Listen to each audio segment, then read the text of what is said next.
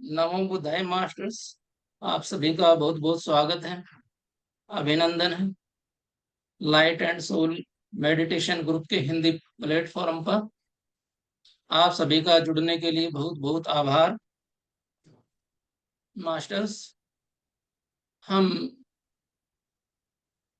सभी मास्टर्स को नमन करते हुए सेशन की शुरुआत करते हैं। तो सभी अपने हाथ जोड़ लीजिए। सभी स्पिरिचुअल्स मास्टर, पितामह पत्री सर जी, भगवान महात्मा बुद्ध जी, महाअवतार बाबा जी को नमन करते हुए आज हम सेशन की शुरुआत कर रहे हैं। तो मास्टर्स, आप सभी का बहुत बहुत आभार है।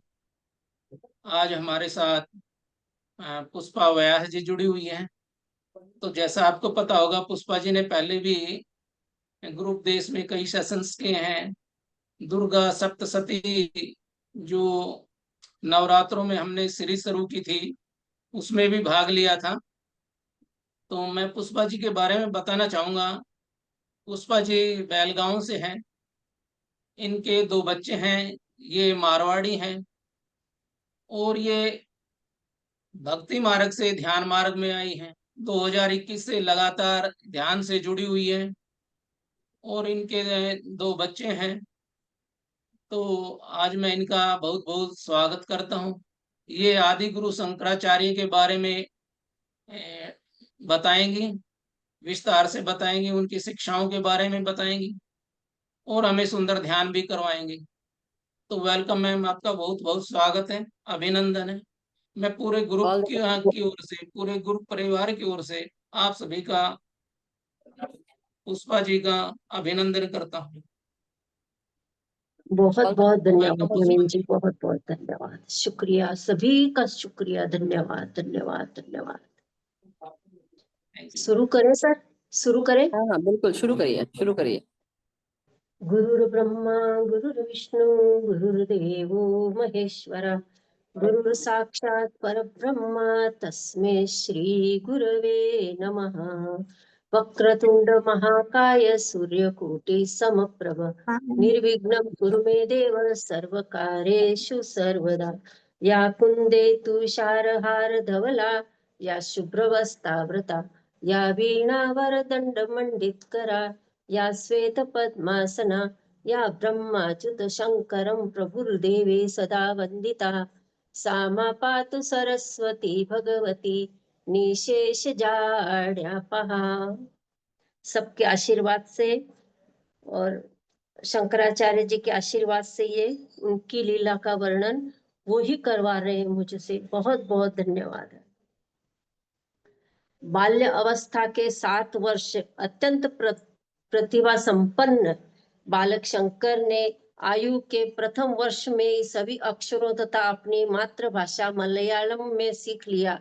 तृतीय वर्ष में विधिवत पढ़ना सीख लिया और तृतीय वर्ष में काव्य और पुराणों का श्रवण मात्र से ही समझ लिया। शंकर बाल्यकाल से ही श्रुतिधर थे, अर्थात एक बार सुनी हुई वस्तु उसके मानस पटल पर सदैव के लिए अंकित हो जाती थी। उन्होंने अपने अध्यापक को किसी प्रकार का कष्ट नहीं दिया। एक बार पाठ करने से सब कुछ समझ लेते थे तथा अन्य सहपाठियों को भी अध्ययन में सहायता करते थे। रजोगुण और तमोगुण से रहित होने के कारण उन्होंने समस्त विद्याएं अल्पकाल से ही सीख ली थी। तृतीय वर्ष में उनका चूड़ाकरण संस्कार हुआ। सिर मुंडन होने पर बालक शंकर का दिव्य शरीर इस प्रकार दीप्यमान हुआ कि जिस प्रकार घी की आहुति से अग्नि प्रज्वल चमकने लगी। उस समय महान आश्चर्यजनक घटना घटित हुई। अध्ययन में किसी प्रकार की भी अपेक्षा न करते हुए उस बालक ने भूर्भुवस्वः इन 3 व्याह्य अक्षरों युक्तियों को प्रथम उच्चारण पर ही समस्त वेदों और वेदांगों को पढ़ डाला। इसके अतिरिक्त साहित्य और गूढ़ तर्क शास्त्र में भी निपुणता प्राप्त कर ली।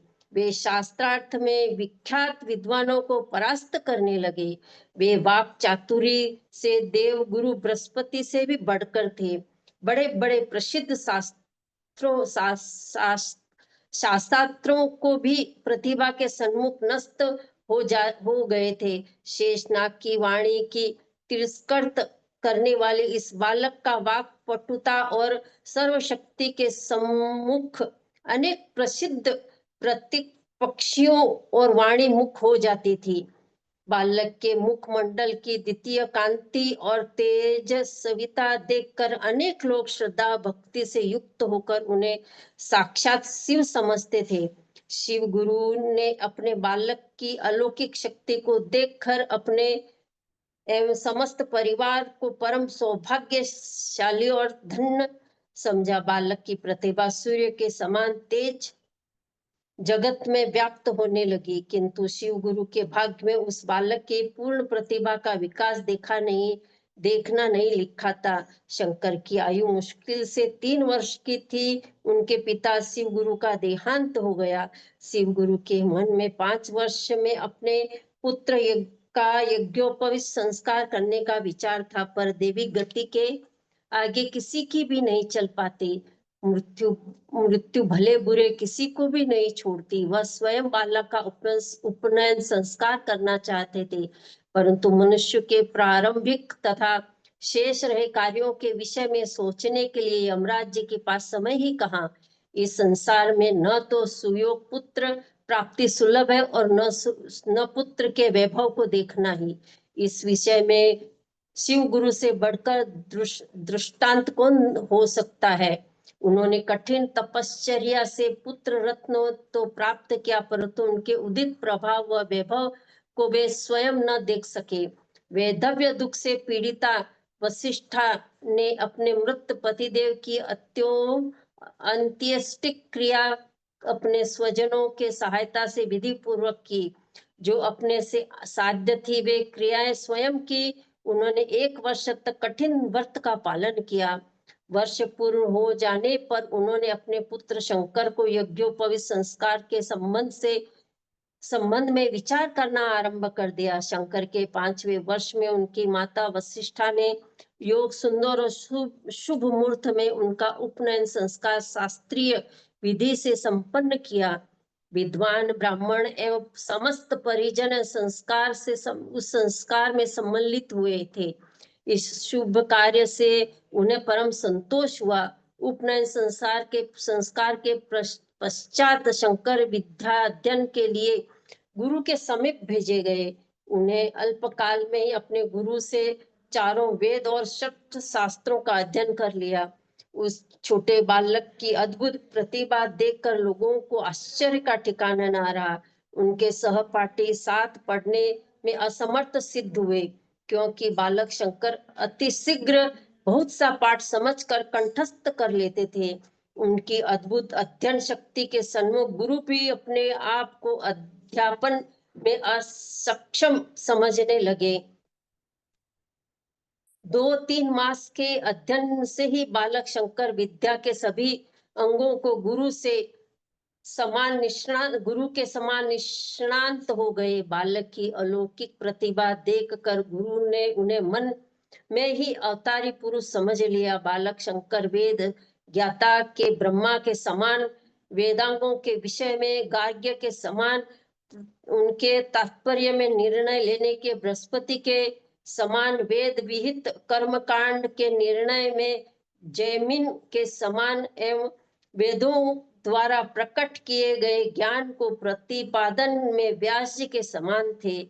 उनमें पांडित्य की इतनी व्यापकता और विशालता थी कि वे व्यास जी की साक्षात प्रतिमूर्ति प्रतीत होते थे।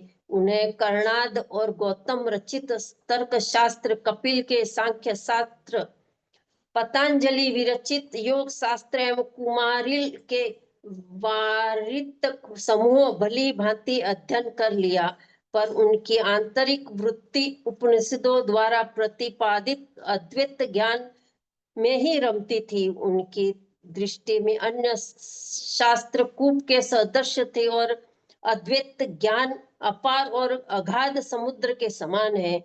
सभी दर्शनों के अध्ययन की समाप्ति तो वेदांत अद्वैत दर्शन में ही होती है।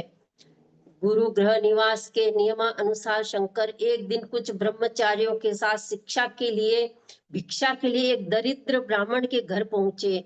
ब्राह्मण पत्नी ने उस ब्रह्मचारी को सादर के साथ कहा, हे मनुष्य पुण्यात्मा, जो आप जैसे महापुरुषों की सेवा करने का अवसर पाते वह भाग्य ने निर्धन बनाकर मुझे ठग लिया है। नितांत निर्धन होने के कारण हम एक वटु को भी भिक्षा देने में असमर्थ है। हम लोगों का मानव जीवन धारण करना ही व्यर्थ है। ऐसे दीन वचन कहती हुई वह कृत भी मूड होकर पैर के नखूनों से पृथ्वी कुदेरने लगी।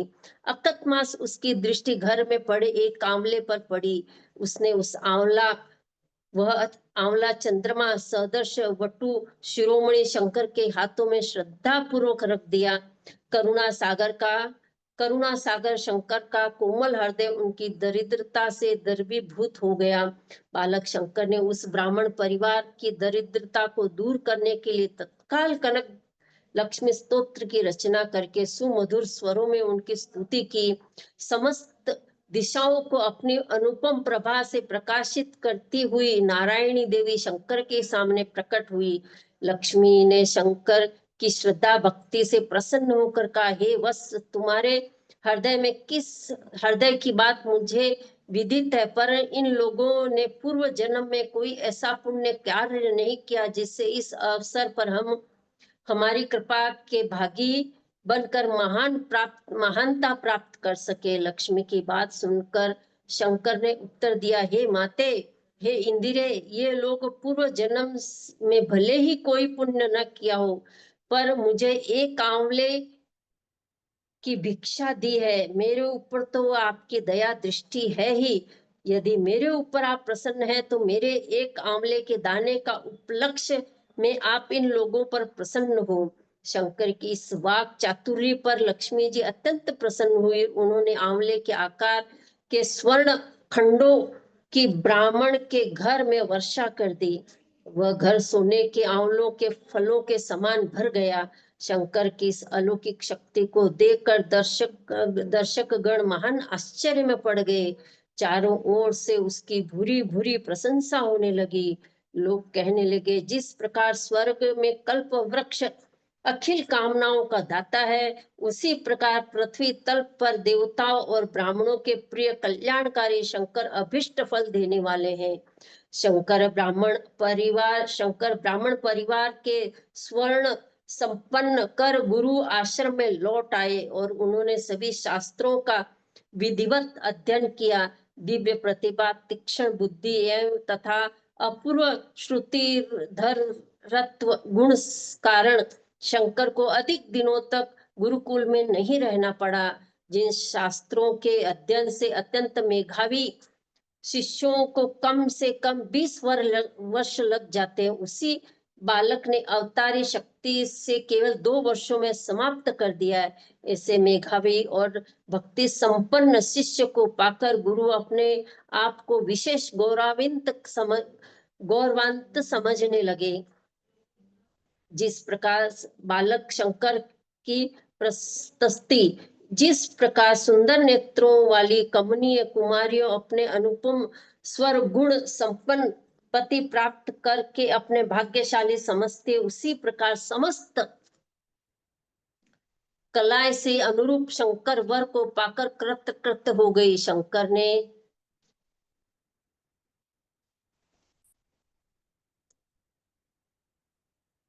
वर्ष 5वां संन्यास ग्रहण। 7 वर्ष के आयु में महायशस्वी ब्रह्मचारी बालक शंकर वेदांतिक समस्त शास्त्रों को में पारंगत होकर प्रकांड पंडित हो गए। अध्ययन समाप्ति के अध्ययन पर गुरुकुल से घर लौटे और पूजनीय जननी की सेवा में तत्पर हो गए। वे घर पर ही शांति पूर्वक रहने लगे। मात्र सेवा के प्रमुखता देते हुए वेदों का अध्ययन करते हुए एवं प्राय और साय श्रेष्ठ मंत्रों द्वारा सूर्य और अग्नि की आराधना करते थे। वह ब्रह्म ज्ञान से सूर्य की भांति उद्भासित होने लगे। उन्हें देखकर क्रोधी, हठ धर्मी और अद्भुत युग पुरुष का स्वाभाविक परिवर्तित हो जाता है। परमादरणीय व्यक्ति भी उठकर उन्हें अपना आसन देने के लिए बाध्य हो जाता था।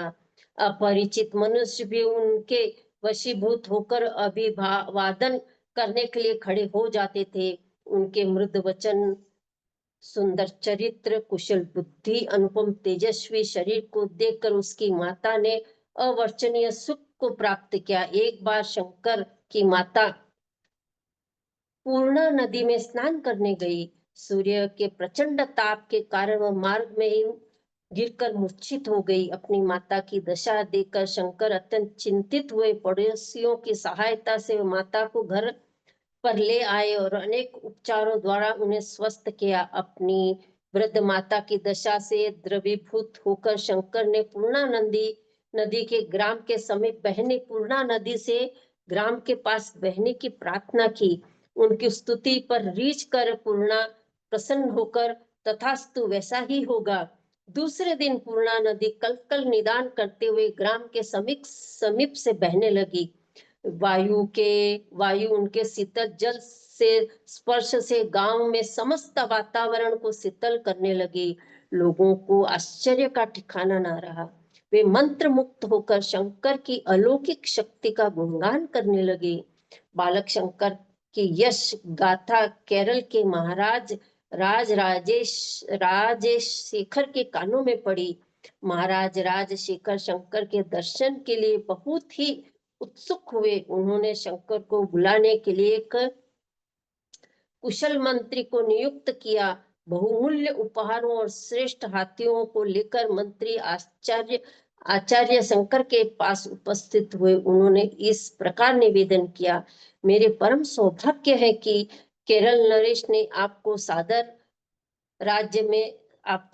राज्य में लाने के लिए पुनीत कार्य मुझे सौंपा है। इन राजशेखर के समान न कोई विद्वान है और न युद्ध स्थल में उनके समान कोई योद्धा भी देखा गया है। प्रकांड पंडित, महान दार्शनिक और कुशल तार्किक उनके दरबार में सम्मान के साथ रहते हैं। ये नरेश अपने वंश के भूषण हैं। उनकी उत्कट अभिलाषा है कि आप अपने कमल चरणों की पवित्र रज से उनके राज्य को पुनीत करें। उन्होंने राज्य के श्रेष्ठ हाथियों को आपको लाने के लिए भेजा है। मेरी प्रार्थना है कि आप अपने पवित्र दर्शन देकर राजा और उनके राज्य को कर्तार्थ करें।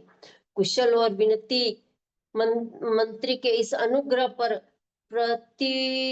प्रयुक्त सम्मानित संपन्न शंकर ने इस प्रकार उत्तर दिया, हे विद्वान, आपको इस भली भांति ज्ञात है कि मैं ब्रह्मचारी हूँ, अपने आश्रम धर्म में निर्वाह पर तत्पर हूँ। भिक्षानन ही मेरा भोजन है, मर्ग चर्म ही मेरा वस्त्र है। वेदों का अध्ययन और अग्नि में आहुत देना मेरा नित्य कर्म है। इस प्रकार वेदों द्वारा प्रतिपादित ब्रह्मचर्य धर्म की साधना में निरंतर हूँ। ब्रह्मचारी को अपने धर्म के परित्याग नहीं करना चाहिए। गजारूढ़ होने की लालसा अथवा राजा द्वारा सम्मानित होने की भावना ब्रह्मचारी के लिए ठीक नहीं है। इनसे यह ब्रह्मचर्य धर्म से च्युत हो जाता है। अतः राज आज्ञा का पालन मेरे लिए बहुत कठिन है। मुझे इस बात पर परम दुख है कि मैं आपको निराश लौटा रहा हूँ। राजा का वह परम कर्तव्य है कि वर्णाश्रम धर्म में निरंतर चारों वर्णों से उन्हें आश्रमगत नियमों को दृढ़ता पूर्वक पालन करावे और उनकी जीविका संपादन के द्वारा ऋण मुक्त कर दें। जो स्वकीय कर्म वर्जनीय है, उनकी वार्ता अपनी प्रजा से कदापित न करें। शंकर के वचनों को सुनकर सरल चित्त स्पष्टवादी मंत्री राजा के पास वापस लौट आए।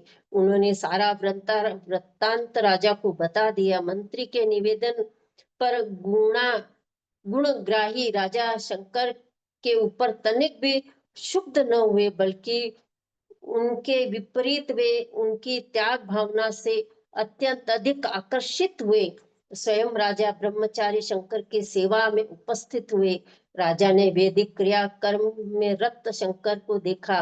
शुद्ध श्वेत यज्ञोपवीत उनके विशाल वक्षस्थल पर इस प्रकार सुशोभित हो रहा था, जिस प्रकार गंगा जी हिमालय पर्वत पर प्रवाहित हो रही हो। कृष्ण चर्म धारण किए हुए शंकर नील वस्त्रधारी दूसरे बलदेव के समान प्रतीत होते थे। स्वर्ण रंग की मंजू मेखला धारण किए हुए वे कल्पतरु के समान लग रहे थे। ऐसा कल्पतरु जो कनक बेली से आवेष्टित हो। शंकर के इस दिव्य स्वरूप को सहज मुस्कान को देखकर राजा विस्मित हो गए। उन्होंने शंकर को अवतारी पुरुष समझकर बारंबार उन्हें साष्टांग प्रणाम किया। शंकर राजा की विनयशीलता और शील से बहुत द्रवीभूत हुए। कुशल पूछे जाने पर अनंत राजा ने शंकर को 10 सहस्त्र स्वर्ण मुद्राएं अर्पित कर दी। तदनंतर उन्होंने स्वरचित 3 नाटकों को सुनाया। राजा के काव्य प्रतिभा से शंकर अत्यधिक आह्लादित हुए। राजा मनोवांछित वरदान मांगे। शंकर का यह वाक्य उन्हें अमृत के समान प्रतीत हुआ, पर वस्तु मन में इसी कामना को लेकर वे शंकर की सेवा में उपस्थित हुए थे। राजा ने शंकर से करबद्ध प्रार्थना की, हे भगवान, आप मेरे ऊपर वास्तव में प्रसन्न और संतुष्ट है तो मुझे मेरे ही समान पुत्र देने की अनुकंपा कीजिए। इस प्रकार शंकर ने कहा, राजन, आपकी मनोकामना अवश्य पूरी होगी। अब आप निश्चित होकर अपने घर जाइए। ये स्वर्ण मुद्राएं जो आपने मुझे दी है, वे ये मेरे काम की नहीं है। उन्हें आप उपहार के रूप में अपनी प्रजा को वितरित कर दीजिए। इसके बाद शंकर ने राजा को पुत्रेष्टि यज्ञ करने की प्रेरणा दी। राजा ने स्वर्ण मुद्राओं से अपने दास दासियों को दे दिया। शंकर के अलौकिक गुणों को बार बार सराहना करते हुए मन ही मन उनका ध्यान करते हुए राजशेखर अपनी राजधानी लौट आए। संन्यास होने की आज्ञा। सर्वज्ञ और बहुयज्ञ शंकर के पास बड़े बड़े विद्वान व्याकरण तथा अन्य शास्त्रों के अध्ययन के लिए एकत्रित होने लगे। उन लोगों को विद्या में ही दक्ष नहीं बनाया, बल्कि उन्हें मौलिक ढंग से सोचने की प्रणाली भी बताई। इसने उन्हें ज्ञान और कल्पना की वृद्धि में अनुपम योगदान दिया। इस प्रकार वे घर में रहकर सभी विहित कर्मों का विधिवत संपादन करते थे। उनके कर्म संपादन में श्रद्धा और विनय का भाव कूट कूट कर भर रहे थे। उनकी माता शंकर के क्रियाकलाप से परम संतुष्ट और आनंदित थी। शंकर निरंतर यही सोचते थे, माता का अवलंबन मैं हूँ और माता मेरी अवलंबन है। हम दोनों का पार्थक्य परम कष्टदायी होगा। यह सोच कर शिव अवतारी शंकर वैवाहिक बंधन से नहीं फंसना चाहते थे। इधर उनके संबंधी गण उनकी विद्या माती देखकर उनकी विवाह करा देने के लिए उतावले हो रहे थे। उपयुक्त कन्या की खोज में जुट गए थे। इधर शंकर की मानसिक अवस्था कुछ दूसरी ओर ही प्रवाहित हो रही थी। वैराग्य और संन्यास धारण की और उनकी प्रवृत्ति उत्तर उत्तर बढ़ने लगी। कामिनी कांचन आदि सांसारिक पदार्थों से उनको विरक्त जन्मजात थी। स्वादिष्ट भोजनों के प्रति भी उनकी स्पृहा इच्छा रंच मात्र भी न थी। अच्छे सुंदर वस्त्र और आभूषण धारण करना भी उनकी प्रकृति के प्रतिकूल था। मात्र कृष्ण चर्म ओढ़े रहते थे। पिता के देहांत के पश्चात वे और भी विरक्त हो गए थे। इससे उनकी बुद्धि में संसार की नश्वरता स्पष्ट रूप से अंकित हो गई थी। उन्होंने जीवन में जल बूंद बूंद के भांति क्षणभंगुर समझ लिया था। वे प्राय वन, पर्वत, नदी तट व एकांत में बैठ जाते और निर्निमेष दृष्टि से आकाश की ओर निहार कर ब्रह्म भाव स्थित हो जाते। वे आत्मचिंतन में निमग्न होकर संसार के समस्त वस्तुओं को भूल जाते। उनकी दृष्टि में प्रेयस कुछ भी नहीं था, सब कुछ श्रेयस ही था। इसके अनंतर कुछ प्रसिद्ध ऋषि उपन्यु उपमन्यु, दधीचि, गौतम, त्रितल एवं अगस्त आदि बालक शंकर के दर्शनार्थ के लिए उनके घर पर पधारे। बालक शंकर ने श्रद्धा भक्ति पूर्वक उन्हें प्रणाम किया और माता के साथ उन्हें मधु पर्क अर्पित कर उन्हें उच्च आसनों पर बैठा। शंकर के सन्मुख दोनों हाथ जोड़ शंकर उनके सन्मुख दोनों हाथ जोड़कर खड़े रहे और उन्होंने विधिवत पारमार्थिक विषय पर उनसे वार्तालाप की। कुछ समय बीत जाने पर शंकर की माता ने वार्ता में हस्तक्षेप करते हुए ऋषियों से विनय पूर्वक कहा, इस कलयुग में आप जैसे महान पुरुषों का दर्शन कर हम दोनों कृतार्थ हो गए। यह हमारी महान पुण्यों का फल है। मेरे इस बालक ने अल्प आयु में ही समस्त वेद तथा वेदों तथा अन्य विविध शास्त्रों का सांगोपांग अध्ययन किया है। इसकी महिमा अद्भुत प्रतीत होती है। ये दोनों बातें मेरे मन में कौतूहल उत्पन्न कर रही है। यदि मेरे सुनने योग हो तो इसके पूर्व जन्म के संबंध में कुछ बातें बताने की अनुकंपा कीजिए। माता वशिष्ठा के इस आग्रह पर अन्य ऋषि ने सम्मति पाकर अगस्त ऋषि ने शंकर के संबंध में कहना आरंभ किया, हे पतिव्रते, आपके पति ने पुत्र प्राप्ति के लिए शंकर जी की कठिन तपस्या कर उन्हें प्रसन्न किया। शंकर जी ने कहा, बस हम तुम्हारी तपस्या से अत्यंत अधिक प्रसन्न हैं। पुत्र प्राप्ति तो अवश्य होगी, पर शर्त यह है कि तुम सामान्य कोटि या का दीर्घजीवी पुत्र चाहते हो अथवा सर्वगुण संपन्न अल्पायु पुत्र चाहते हो। इस पर तुम्हारे पति ने अंतिम वरदान मांगा। तुम्हारे पुण्य और भाग्य से तुम्हारे मनोरथ को सिद्धि के लिए तुम्हारी कोख में शंकर जी स्वयं अवतरित हुए हैं। देवताओं में भी उनके अतिरिक्त कोई अन्य देवता सर्वज्ञ नहीं है। देवताओं में भी उनके अतिरिक्त कोई अन्य देवता सर्वज्ञ नहीं है। इतनी बात सुनकर माता ने पुत्र की आयु के संबंध में जिज्ञासा प्रकट की। इस पर अगस्त जी ने उत्तर दिया, तुम्हारे पुत्र की आयु 8 वर्ष और फिर 8 वर्ष अर्थात 16 वर्ष, पर इस विशेष कारणवश 16 वर्ष और इस लोक में रहेगा। इस पर अन्य शिष्यों ने अगस्त 16 वर्ष और 16 32 वर्ष है।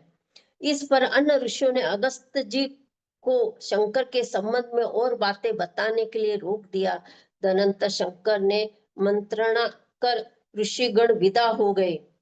आयु विषय यह बात सुनकर पुत्र वत्सला माता वशिष्ठा अंकुश की प्रताड़ित हथनी के समान, गर्मिश ऋतु में सुखाई नदी के तुल्य एवं वायु द्वारा कंपित कदली के समान अत्यंत दुखी हुई। माता को इस प्रकार पीड़ित देखकर शंकर ने उन्हें समझाना आरंभ कर दिया। माता जी, मेरे भविष्य के संबंध में आप इतनी चिंतित और दुखी क्यों हो रही हो?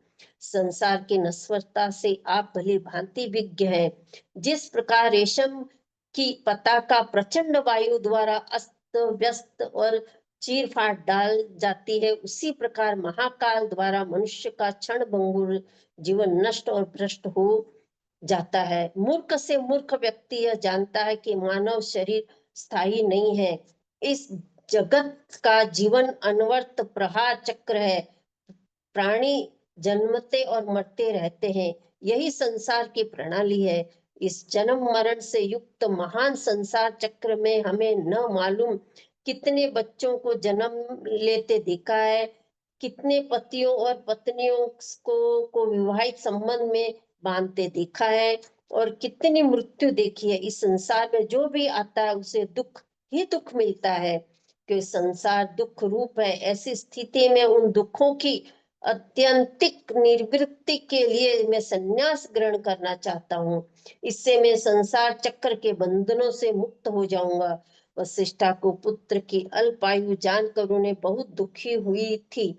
अब उनके मुख पर संन्यास ग्रहण की बात सुनकर उनकी माता को दुख की सीमा न रही। उन्होंने आंखों में आंसू भर का आर्तवाणी से कहा, बेटा मुझसे ऐसी अप्रिय वचन न कहो, इस विचार को छोड़ दो, मेरे वचनों को ध्यान देकर सुनो। पहले तुम गृहस्थ आश्रम में प्रवेश करो, विवाह करके पुत्र उत्पन्न करो और यज्ञादि कर्मों अनुष्ठान करो, तत्पश्चात संन्यास ग्रहण करना। इस संबंध में सज्जनों का मत यही है, बेटा तुम मेरी इकलौती संतान हो, तुम्हारे बिना इस असहाय माता का जीवन निर्वाह किस प्रकार होगा। तुम अद्वितीय विद्वान और सर्वज्ञ हो, फिर भी तुम्हारे हृदय में अनाथ विधवा माँ के प्रति करुणा क्यों नहीं उत्पन्न होती। बस इतने निष्ठुर मत बनो। मेरा देहावास के पश्चात में अत्यष्टि क्रिया कौन करेगा। मैं अपने जीते जी तुम्हें संन्यास लेने नहीं दूंगी। शंकर ने माता की बात सुनकर उन्होंने अनेक प्रकार से धैर्य समझाया और उनसे शोक गुल हृदय के ताप को दूर किया। उस समय उनकी आयु 8 वर्ष की थी। माता ने पुत्र के प्रेरित करने के लिए अपने परिजनों को प्रेरित किया। वे लोग उनके सामने आकर संसारिक सुख का वर्णन करते और कहते, गृहस्थ से अधिक सुखी स्वर्गलोक के देवता भी नहीं है। वे भी संसारिक सुख के लिए तरसा करते हैं। अन्य अनेक उदाहरणों से दृष्टांतों से उन्होंने शंकर को समझाने की चेष्टा की, परंतु शंकर साक्षात शंकर थे। वे अपने विचारों पर सुमेरु पर्वत की भांति अचल थे। उनका अवतार तो किसी अन्य महान उद्देश्य की पूर्ति के लिए हुआ था। उनका आविर्भाव तो संसार में उलझे हुए मनुष्यों के उद्धार के लिए हुआ था। फिर वे इस प्रपंच में क्यों उलझते हैं। माता के साथ शंकर घर पर रहते। माता का स्नेह बंधन अलौकिक था। शंकर दिन रात उनसे छुटकारा पाने का उपाय सोचते थे। साथ ही माता के प्रति उनके उदात्त भाव से इस प्रकार थे, यद्यपि मेरी इच्छा संसार में प्रपंच में पड़ने की नहीं है, फिर भी माँ मुझे इस प्रपंच को छोड़ने नहीं देगी। मेरी प्रथम गुरु वे ही हैं, अतः उनका आदेश मानना अनिवार्य है। बिना उनका आदेश और आशीर्वाद लिए मेरा मन का संकल्प विकल्प शांत नहीं होगा और बिना उनकी अनुमति के कार्य सिद्ध भी दुष्कर है। इस प्रकार उन्होंने अपनी माता का आश्चर्य लेकर एक विधान की रचना की। एक दिन शंकर पूर्णा नदी के स्नान करने के लिए गए। जो ही जल में उतरे त्यों ही एक मगर ने उनके पैर को पकड़कर खींच लिया। बालक शंकर व्याकुल होकर आर्तनाद कर अपनी माता को रक्षार्थ पुकारने लगे। उनका आर्तनाद सुनकर वशिष्ठा देवी तत्काल घटस्थना पर पहुंची। उन्होंने देखा कि शंकर का सारा शरीर तो मगर के खींचने के कारण जल में डूबा हुआ है। केवल उनके कमलवत चरण जल के ऊपर दिखाई पड़ रहे हैं। उन्होंने आर्तवाणी से चिल्लाना आरंभ कर दिया है, हा देव, मैं अत्यंत अभागिनी हूँ। पुत्र को ऐसे भयानक विपत्ति में देखकर मैं क्यों जी रही हूँ। हाय, मेरे पति का स्वर्गवास तो पहले ही हो गया। इकलौता पुत्र ही मेरे जीवन का संबल था, वह भी मगर के मुख में पड़कर मरने को है। शंकर की ओर से आर्त स्वर में चित्कार किया, माँ माँ माँ, बचाओ बचाओ बचाओ। मगर किसी प्रकार से मुझे छोड़ नहीं रहा है। वशिष्ठा देवी पुत्र के बचाने के लिए जल में कूद पड़ी। नहाने वालों ने भी उन्हें बचाने का कोई कोर कसर न उठा रखी, किंतु मगर ने उन्हें गहरे जल में ले जाना शुरू किया। उस समय शंकर ने अपने को बचाने की पूरी कोशिश कर रहे थे। क्रमशः वे चेष्टा विहीन और अवसन होने लगे। अंत में उन्होंने माता से इस प्रकार प्रार्थना की, माँ, अब मेरा अंतिम समय आ गया है। आपने मुझे संन्यास लेने की आज्ञा नहीं दी। संन्यास लिए बिना मुझे मुक्ति नहीं मिल सकती। यदि इस समय भी आप मुझे संन्यास ग्रहण करने की आज्ञा दे दें तो मैं परमात्मा का स्मरण कर आतुर संन्यास ग्रहण कर प्राण त्याग दूंगा। इससे मेरी मुक्ति हो जाएगी। शंकर के बचने की कोई आशा न देकर वशिष्ठा देवी ने रोते हुए कहा, पुत्र, वही वही हो बेटा जो मैं आज्ञा देती हूँ, तुम सन्यासी हो जाओ। यह इतना कहकर वह मूर्छित होकर गिर पड़ी। माता का आदेश पाकर शंकर ने मन ही मन इष्ट देव का स्मरण किया और सन्यास ग्रहण किया। आतुर सन्यास लेने के फलस्वरूप उनके अष्टम वर्ष का मृत्यु योग टल गया। ओके, अब शंकर का मन अवर्चनीय आनंद से परिपूर्ण हो गया। माता की आज्ञा प्राप्त होने पर शंकर ने मगर ने तुरंत ही छोड़ दिया। शंकर विजय विलास ग्रंथ में लिखा है कि वह मगर एक शापग्रस्त गंधर्व था। शंकर के पवित्र शरीर को स्पर्श करते उसके शाप से अवधि समाप्त हो गई और वह पुनः गंधर्व देह प्राप्त करके अपने लोक में चला गया। शंकर और वशिष्ठा देवी को तट पर ले आए। वशिष्ठा देवी उस समय भी मूर्छित थी। होश आने पर पुत्र को गोदी में उठाने के लिए दौड़ी। संयोगवश इधर एक वेद आ पहुंचे। उन्होंने वशिष्ठा देवी से शंकर का उपचार किया। स्वस्थ होने पर ग्रामवासियों ने उन्हें घर पहुंचाया। वहां पहुंचते ही शंकर ने माँ से निवेदन किया, माँ अब तो मैं घर में रहने में असमर्थ हूँ, क्योंकि मैंने तो अब संन्यास व्रत धारण किया है। शास्त्रों में सन्यासी के लिए घर में रहना निषिद्ध माना गया। अतः अब मैं घर में न रहकर किसी वृक्ष के नीचे निवास करूंगा। उसकी बात सुनकर वशिष्ठा देवी को मानो वज्रपात हो गया। उन्होंने रोते कलपते हुए कहा, बेटा इस प्रकार की अप्रिय और असहाय बातों को क्यों कह रहे हो? इन्हें सुनकर तो मेरा कलेजा फटा जा रहा है। अभी तो तुम बच्चे हो, घर छोड़कर कैसे रहोगे? मैं भी बहुत दिनों से जीवित नहीं रहूंगी। मेरे देहांत के पश्चात तुम गृह त्याग देना। जितने दिन तक मैं हूँ तुम मेरे साथ रहो। आखिर मेरे प्रति भी तुम्हारा कोई कर्तव्य है। माता की करुणा बात सुनकर शंकर ने उन्हें शंकर अपने संकल्प पर दृढ़ थे। उन्होंने कहा, माँ आप इस प्रकार आतुर न हो। आपकी ही आज्ञा से मैंने आतुर संन्यास ग्रहण किया। आपकी ही कोख में उत्पन्न हुआ। मैं आपके आदेश को मिथ्या नहीं होने दूंगा। ग्रह त्याग करना तो मेरे लिए अवश्य असंभव ग्रह त्याग करना मेरे लिए अवश्य संभव है। पुत्र की बात सुनकर वशिष्ठा देवी बहुत प्रकार से विलाप करने लगी। बेटा तुम्हारे न रहने पर भरण पोषण कौन करेगा? इस विधवा अनाथ को कौन तीर्थ यात्रा ले कराएगा? अंतिम क्षणों में कौन मेरी सेवा शुश्रूषा करेगा? मेरे मरने के बाद कौन मेरा अंतिम संस्कार करेगा? तुम मुझे किसी भी दशा में न छोड़ो। बेटा। तुम्हारे न रहने पर मैं किस प्रकार जीवित रहूंगी? शंकर की बात माता की इस अवस्था को देखकर अद्विग्ध हो गए। यह उनके लिए अग्नि परीक्षा का क्षण था। एक और जन्मदात्री और दूसरी और उसकी बृहत्तर कर्तव्य। उन्होंने मन ही मन परमात्मा से प्रार्थना की, प्रभु मुझे शक्ति दो, इस महान बंधन को काटने का बल दो। समस्त बाधाओं में भस्मीभूत कर दो। समस्त बाधाओं को भस्मीभूत कर दो। मेरी माँ की बुद्धि की प्रेरित कर दो, जिससे वह संसार में कल्याण पथ में बाधक न बने। सर्वांतकमयी सर्वशक्तिमान परमात्मा माँ के कोमल हृदय में व्रत कठोर कर दो। इस बात को शंकर की माता ने आश्वासन देते हुए कहा, मुझे मगर के मुंह से किसने बचाया? माँ जगत के जीव मात्र के भरण पोषण का सारा भार विश्वंभर परमात्मा के ऊपर है। अतः आप उनसे निमित्त तनिक भी चिंता न करें। मैं अपने संबंधियों को बुलाकर सारी संपत्ति का भार उन्हें सौंप देता हूँ और आपके भरण पोषण की पूरी पूरी व्यवस्था कर देता हूँ।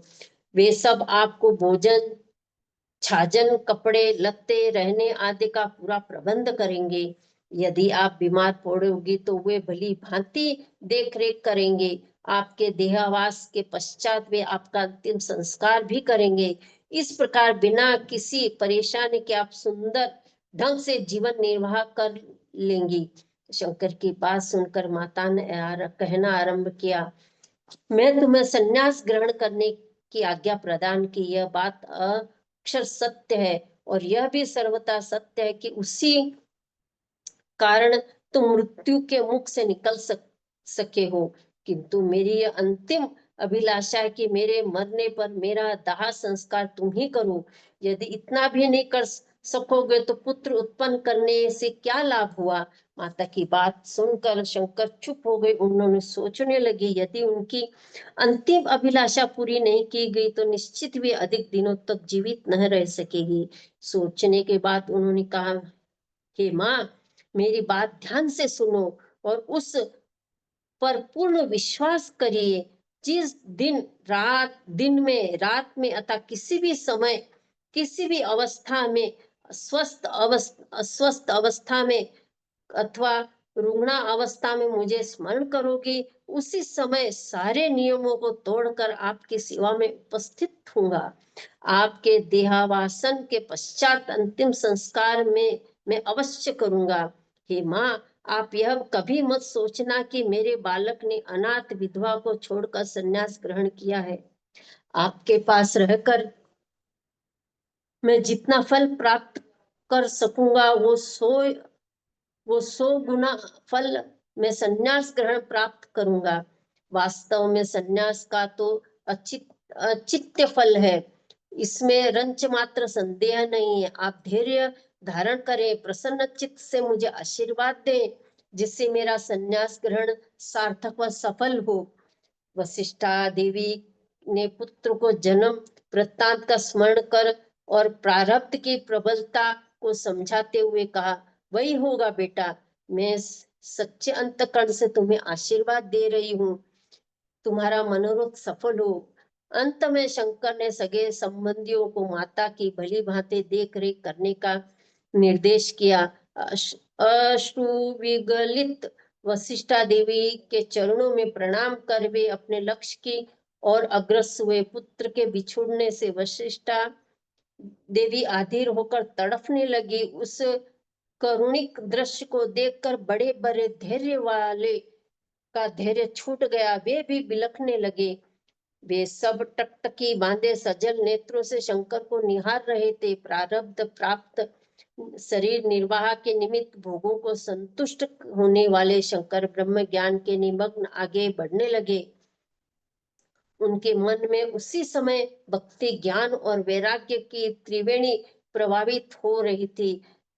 प्रतीक से भी प्रत्यक्ष की ओर चले जा रहे थे।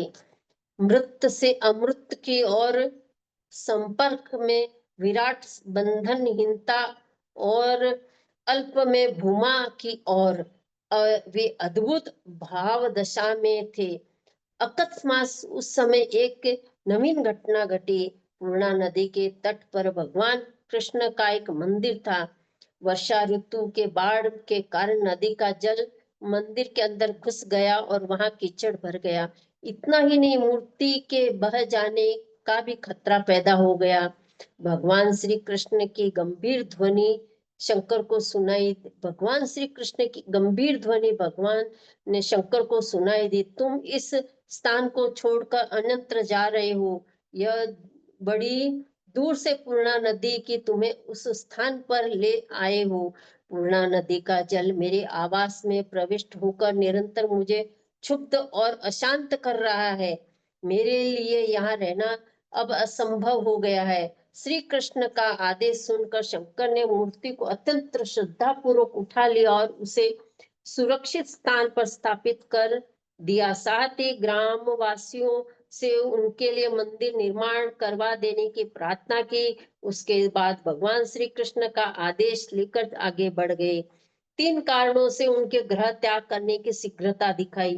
पहला कारण तो यह था कि अगस्त ऋषि ने उनके प्रमुख उद्देश्य धर्म स्थापन एवं स्मृति दिला दी। दूसरे, उन्हें माता और श्री कृष्ण का आदेश भी मिल गया। तीसरे, उनकी वैराग्य भावना भी प्रबल में उनकी गृह त्याग करने का बाध्य कर दिया। कामदेव ने अपनी आकर्षण शक्ति से बड़े बड़े देवताओं ऋषि मुनियों को मोह मोह लिया। यहाँ तक कि शंकर महादेव भी भगवान से मोहिनी रूप से ठगे गए, परंतु उन्होंने अपने तीसरे नेत्र से कामदेव को भस्मीभूत कर दिया। बालक शंकर सर्वज्ञ थे, ये सारी बातें भली भांति समझते थे। ऐसी स्थिति में काम की दाल उसके सामने कैसे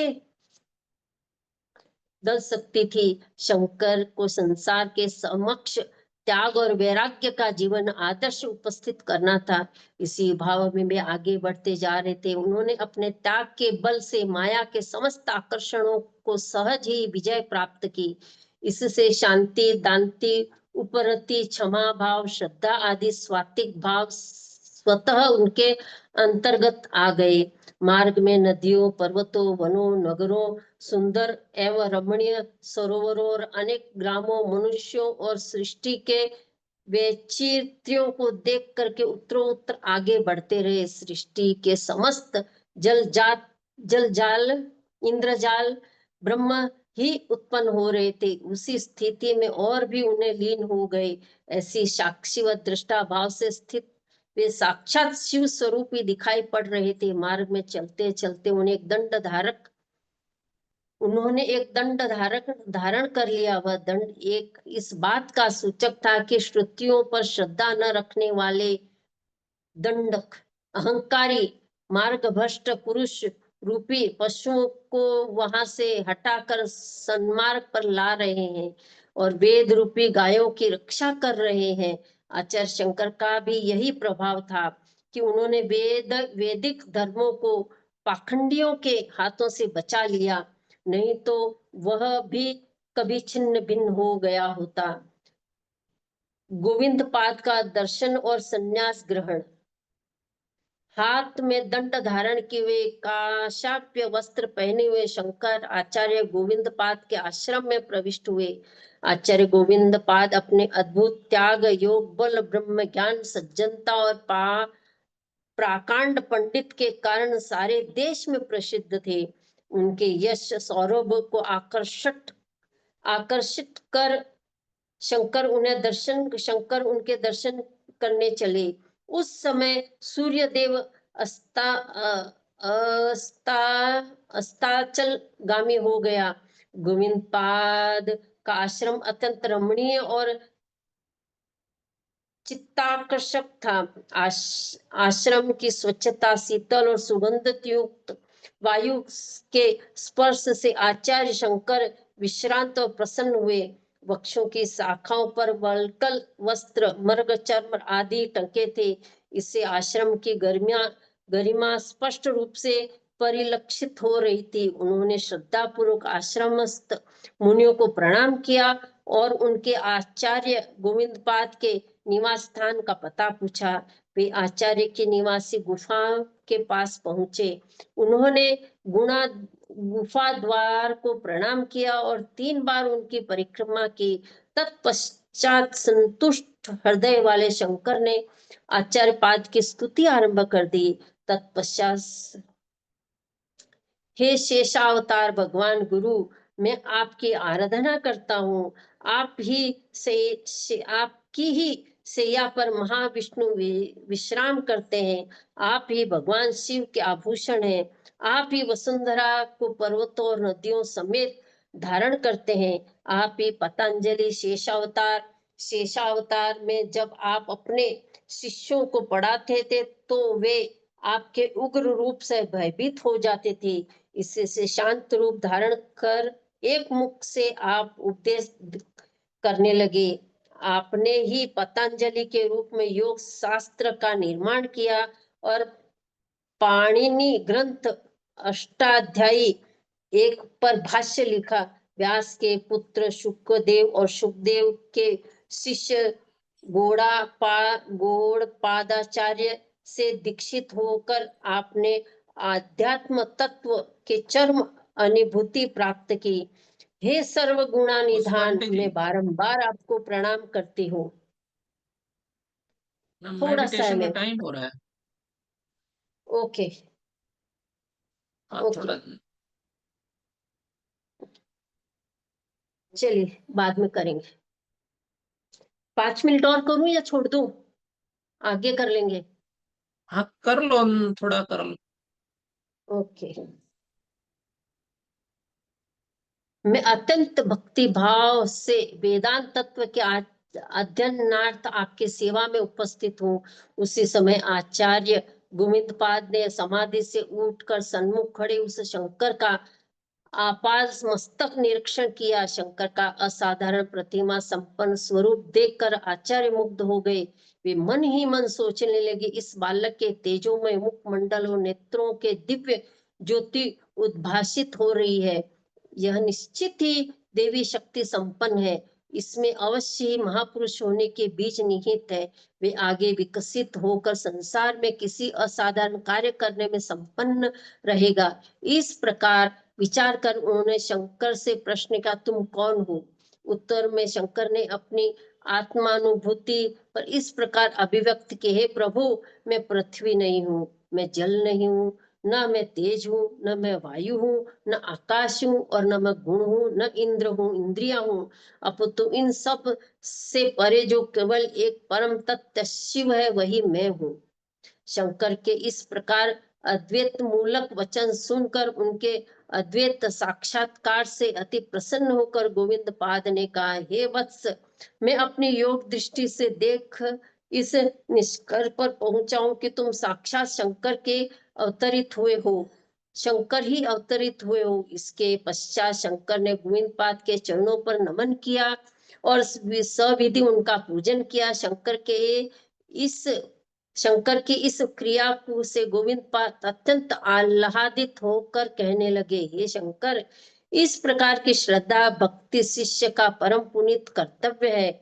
ब्रह्मा का साक्षात कर लेने के अनंतर भी शंकर ने संप्रदाय की रक्षा वृद्धि से विनयी तथा शिष्ट व्यवहारों से अपने गुरुदेव को अत्यंत प्रसन्न किया। उन्होंने शंकर के ऊपर प्रसन्न होकर उपनिषदों के 4 महाकाव्यों द्वारा उन्हें ब्रह्म तत्व का उपदेश किया। तत्वमसि वह पूर्ण ब्रह्मा है, तो है प्रज्ञान ब्रह्मा, प्रज्ञा रूप उपाधि वाला आत्म ब्रह्मा है। ऋग्वेद, सामवेद और अहम ब्रह्मास्मि बृहदारक, मैं ब्रह्मा हूँ, यजुर्वेद, अय आत्मा ब्रह्म, मांडुक्य, यह सर्वानुभव सिद्ध अपरोक्ष आत्मा ब्रह्मा, अथा अथर्ववेद। पराशर के पुत्र सत्यवती के पुत्र गर्भ से उत्पन्न व्यास थे। प्रसिद्ध महिमा वाले सुखदेव जी व्यास के पुत्र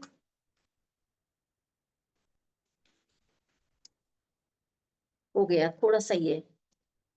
सुखदेव जी व्यास के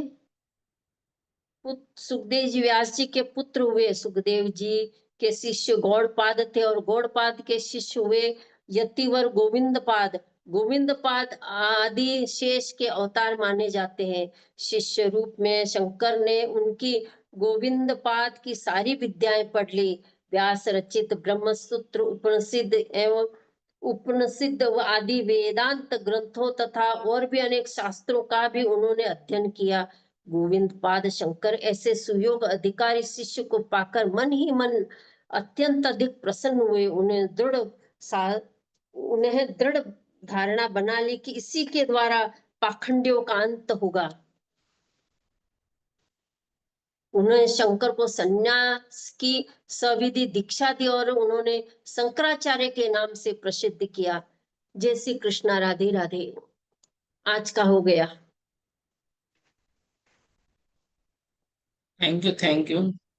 बहुत ही सुंदर स्वाध्याय किया आदि गुरु शंकराचार्य के बारे में, और जो आपने उसके बचपन की जो सारी घटनाएं बताई, कहानियां बताई, वो बहुत ही सुंदर थी। थैंक यू मैम, बहुत बहुत आभार आपका। धन्यवाद, शुक्रिया। यस, उर्मिला आंटी जी। आत्मवंदन सभी को मेरा। पुष्पा जी, आपने जो बहुत सुंदर से आज श्रावण मास भी है और शंकर के बारे में जो सब कहानियां बताई और उनका जो बताया बहुत ही सुंदर ढंग से बताया, और इसलिए मैं आपको बहुत धन्यवाद करती हूँ और इस मंच को भी धन्यवाद करती हूँ। बहुत जय श्री बहुत कृष्ण। धन्यवाद मैम, शुक्रिया, जय श्री धन्यवाद। कृष्ण। जय Shri Krishna. Radhe Radhe. Thank you Urmila aunty जी।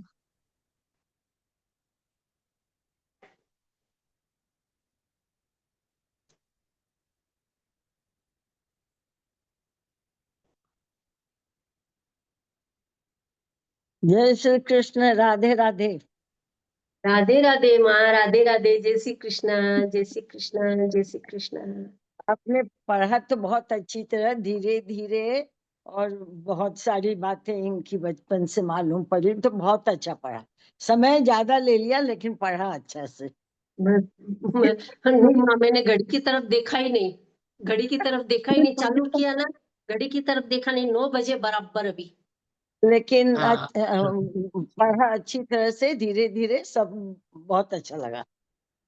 चलिए चलिए, ध्यान शुरू करते हैं थैंक यू मैम। जी।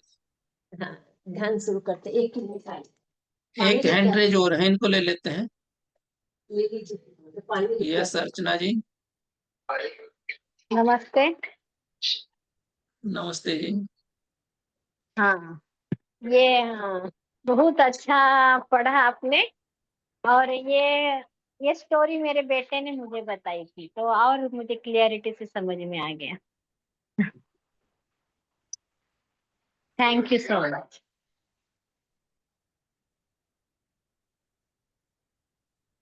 सुनाई दिया? Thank you ji, thank you. Yes ji, thank you जय जी। श्री कृष्ण, राधे राधे। अच्छा, जय। हाँ, बहुत ही सुंदर स्टोरी है इनकी। थैंक हाँ, you ji, thank you. Pushpa aunty, तुम्ही खूप छान सांगितलं बरं का, मला खूप पुरं हृदयात गेलं. बरं वाटलं? शुक्रिया, हो. धन्यवाद। हो बरं, शुक्रिया, धन्यवाद। हो हो, थँक्यू. थैंक यू चलिए जी अर्चना जी, ध्यान शुरू धन्यवाद। करें सर। यस जी। ओके, ठीक है।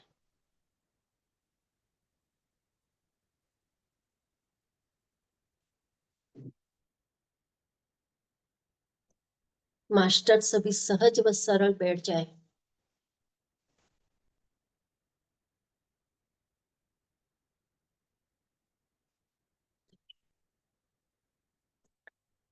सभी सहज व सरल बैठ जाए, आती जाती सांसों पर ध्यान दीजिएगा। सांस अंदर जा रही है तो नाक के दीवार के आसपास ठंडक महसूस हो रही है, ये सोचकर ये देखिएगा। सांस ले रहे तो नाक के दीवार के आसपास ठंडक लग रही है, और बाहर निकल रही तो सहजता में बाहर निकल रही है, कुछ महसूस नहीं हो रहा है, हल्की सी गर्माहट लग रही है।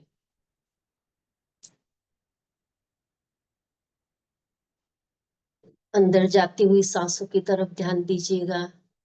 नाक की दीवार पर हल्की सी ठंडक महसूस हो रही है, और अंत तक जा रही है, जहां तक ये ठंडक जा रही है वहां तक ध्यान दीजिएगा।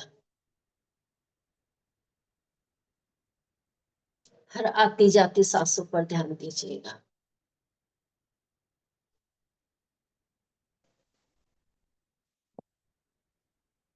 सांस आ रही है, सांस जा रही है। हल्की सी म्यूजिक लगा दीजिएगा ना सर, संगीत लगा दीजिएगा। प्रवीण सर। आप करिए, मैं कर रहा हूँ जी। ओके सर, धन्यवाद। हर आती जाती सांसों पर ध्यान दीजिएगा। सांस आ रही है, सांस जा रही है। सांस अंदर तक, पेट तक जा रही है तो ठंडक महसूस हो रही है, अंदर तक महसूस हो रही है, छाती के नीचे तक, मतलब मणिपुर चक्रा तक उसकी ठंडक महसूस हो रही है। सांस बाहर निकल रही है तो जितनी भी शरीर की नेगेटिविटी है, शरीर का कोई दर्द या दुख है, वो शरीर नाक के सांस के साथ बाहर निकल रहा है। हर आती हुई सांस और जाती हुई सांस। सांसों की तरफ देखिए और निश्चिंत रहिए, निश्चिंत होकर ध्यान कीजिए।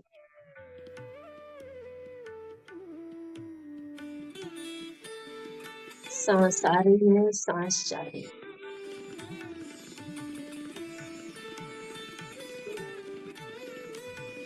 सांस गहराई तक नीचे उतर रही है पूर्ण रूप से, जैसे समुद्र में रत्न पड़े वैसे सांस गहराई तक नीचे उतर रही है। सांस इतनी गहराई तक जा रही है।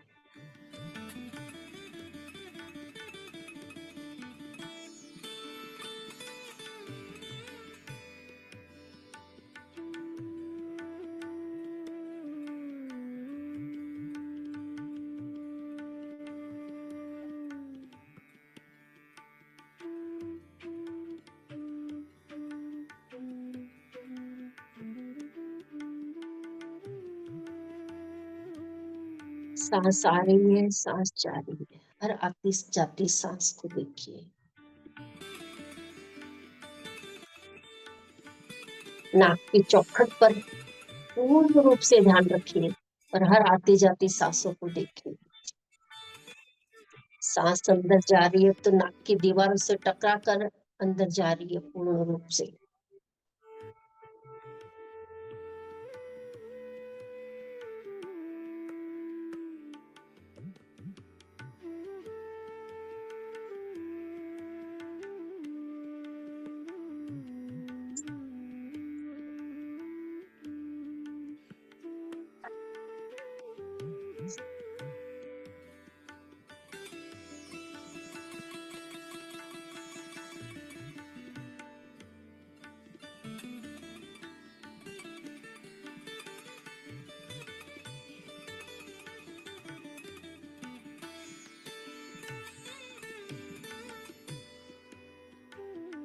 विचारों में मत जाइए, सांसों की तरफ ध्यान दीजिएगा।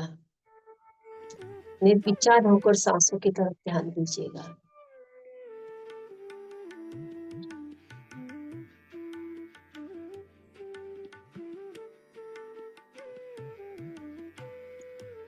जितना अपन सहज सरल तटस्थ बैठेंगे उतना ही गहरा ध्यान लगेगा।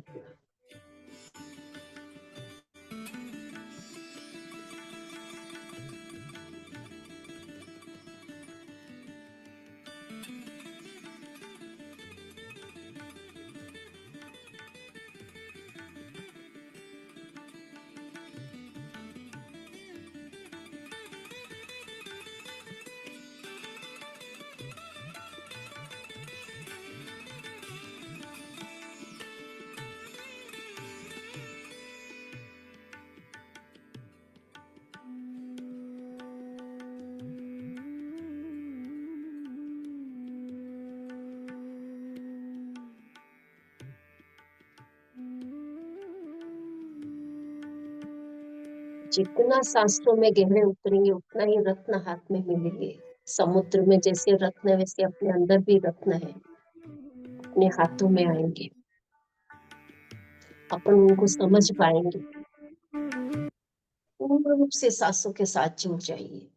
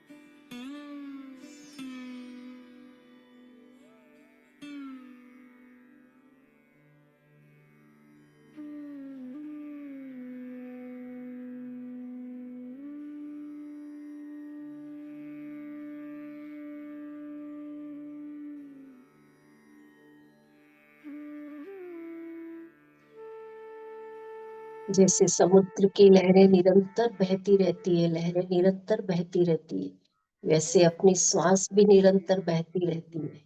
अपने को पता भी नहीं चलता है श्वास कब आई और कब गई।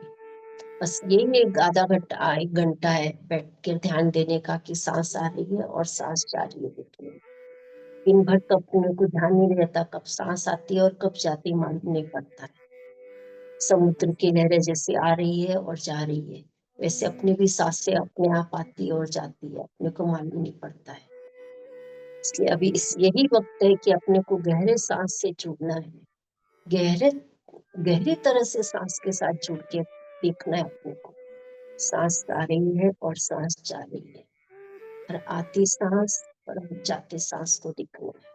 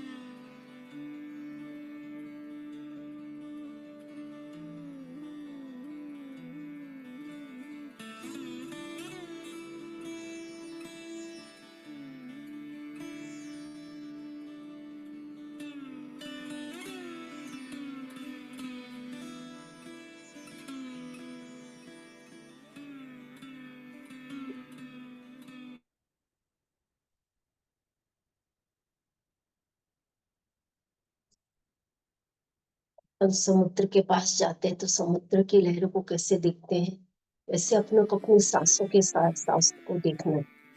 बस सांसों को देखना है, उसके साथ छेड़खानी नहीं, सिर्फ सांसों को देखना है। बस आ रही है और जा रही है।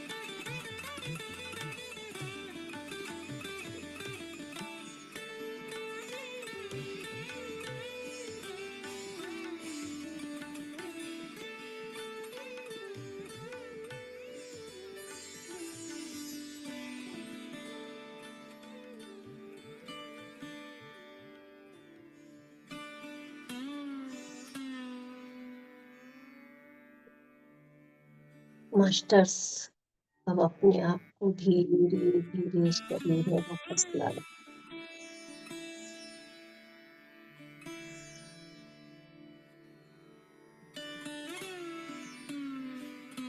धीरे धीरे शरीर का अनुभव करें।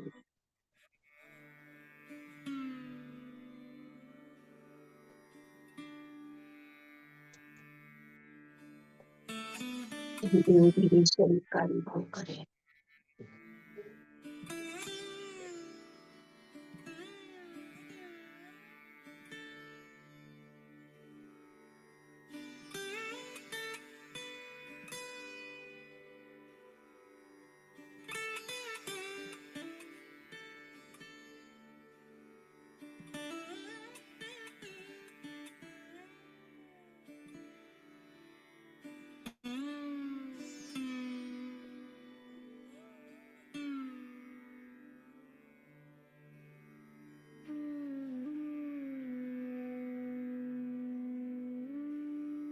धीरे धीरे शरीर का अनुभव करते हुए हाथ पांव की उंगलियों को धीरे धीरे से हिलाएं। धीरे धीरे हाथ पांव की उंगलियों को हिलाइएगा मास्टर्स।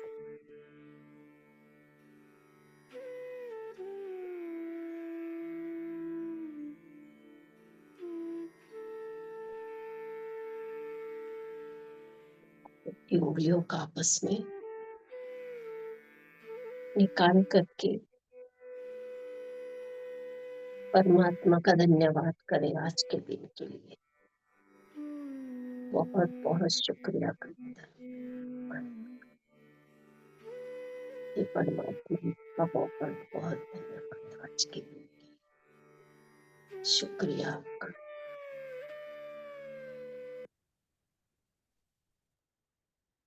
हथेली को आपस में थोड़ा सा रगड़े और आंखों पर लगाए।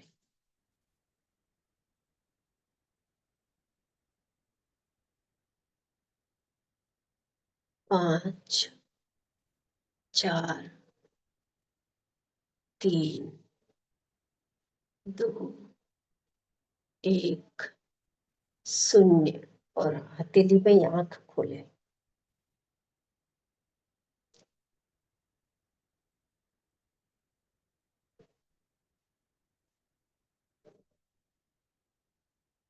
आप सभी का धन्यवाद मास्टर्स, आप सभी का धन्यवाद। लाइट सोल मेडिटेशन का भी बहुत बहुत धन्यवाद है जो मंच मुझे आज इन्होंने दिया है। आप सभी का धन्यवाद।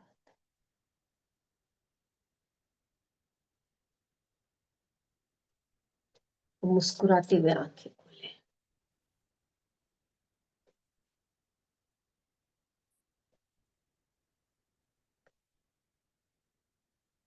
बहुत बहुत धन्यवाद नवीन सर, आपका बहुत बहुत धन्यवाद।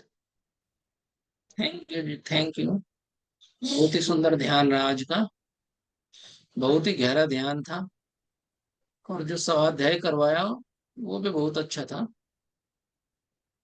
पिछली बार तो जरा सा ठीक नहीं हुआ था लेकिन परमात्मा की मर्जी अच्छा हो गया। धन्यवाद है ईश्वर को।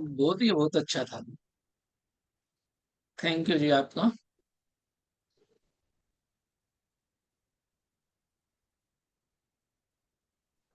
यस उर्मिला जी। धन्यवाद धन्यवाद सभी को धन्यवाद। पुष्पा जी सुंदर ध्यान सुंदर ज्ञान, इसके लिए आपको भी बहुत धन्यवाद। जय श्री कृष्ण। आपका आपका भी धन्यवाद। जय श्री कृष्ण। राधे राधे। राधे राधे। राधे राधे राधे।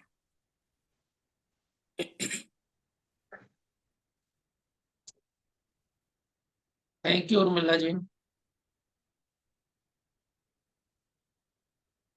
पढ़ने में इतना मगन थी कि मेरे को टाइमिंग का ध्यान ही नहीं रहा। सॉरी कोई नहीं सबसे जी, सब कुछ अच्छे से हो गया।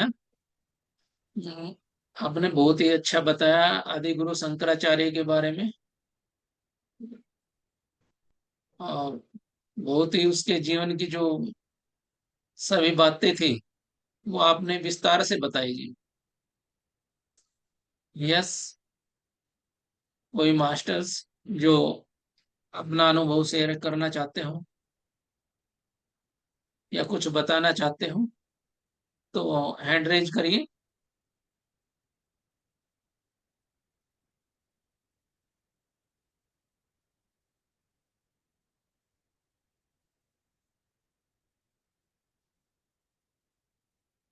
ठीक है मास्टर्स, तो फिर हम आज के सेशन का समापन करते हैं। जय श्री कृष्ण। राधे राधे राधे राधे राधे राधे जी। एक मंगल कामना के साथ इस ब्रह्मांड में रहने वाले सभी जीवों का मंगल हो, सबका कल्याण हो, सभी स्वस्थ रहे, सभी स्वस्थ है, सही है। हम सबके जीवन में प्रेम प्रकाश ध्यान ज्ञान आए, हम सभी अध्यात्म से जोड़ते रहे सभी को। Thank you God, thank you mother earth, thank you universe, thank you thank you thank you. Thank you Pushpa ji, thank you सभी धन्यवाद, मास्टर्स का बहुत बहुत आभार। सभी का धन्यवाद है। शुक्रिया शुक्रिया शुक्रिया। ठीक है, फिर कल मिलते हैं इसी टाइम।